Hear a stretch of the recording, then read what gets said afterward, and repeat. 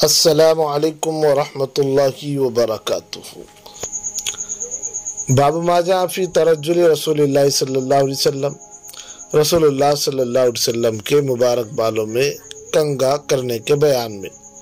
حضرت ام المؤمنین امی عائشہ رضی اللہ تعالیٰ عنہ فرماتی ہیں کہ میں حالت حیض میں حضرت پاک صلی اللہ علیہ وسلم کے مبارک بالوں میں کنگھی کرتی تھی۔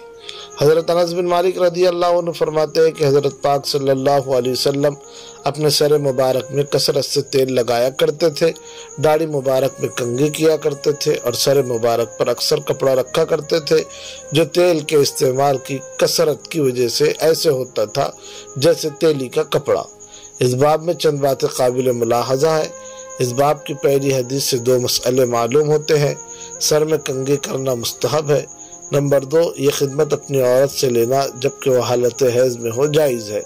عورت سے حالت حیض میں مباشرت حرام ہے، باقی سب امور جائز ہے۔ اسی باب میں امام ترمذی رحمۃ اللہ علیہ نے دو روایتیں بیان کی ہیں کہ حضرت پاک صلی اللہ علیہ وسلم خود بھی کبھی کبھار کنگھی فرماتے تھے اور زیادہ استعمال سے منع بھی فرماتے تھے، اور ابو داؤد شریف کی حدیث میں بھی حضرت پاک صلی اللہ علیہ وسلم سے روزانہ کنگھی کرنے کی ممانعت آئی ہے۔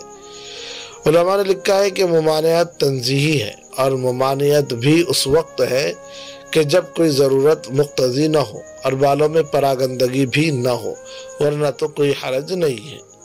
حضرت پاک صلی اللہ علیہ وسلم سر مبارک پر کپڑا ڈالتے تھے تاکہ امامہ خراب نہ ہو، اور وہ کپڑا تیل کی کثرت استعمال کی وجہ سے ایسا ہوتا تھا جیسے تیلی کا کپڑا، مگر اس کے باوجود یہ حضرت پاک صلی اللہ علیہ وسلم کا معجزہ تھا کہ نہ تو وہ کپڑا گندا ہوتا تھا، نہ اس میں جو پڑتی تھی، اور نہ کھٹمل خون کو چوس سکتا تھا، جیسا کہ علامہ مناوی رحمۃ اللہ علیہ نے نقل کیا ہے کہ کبھی مکھی بھی حضرت پاک صلی اللہ علیہ وسلم کے مبارک بدن پر نہیں بیٹھتی۔ حضرت پاک صلی اللہ علیہ وسلم کنگھی پہلے دائیں جانب کرتے تھے۔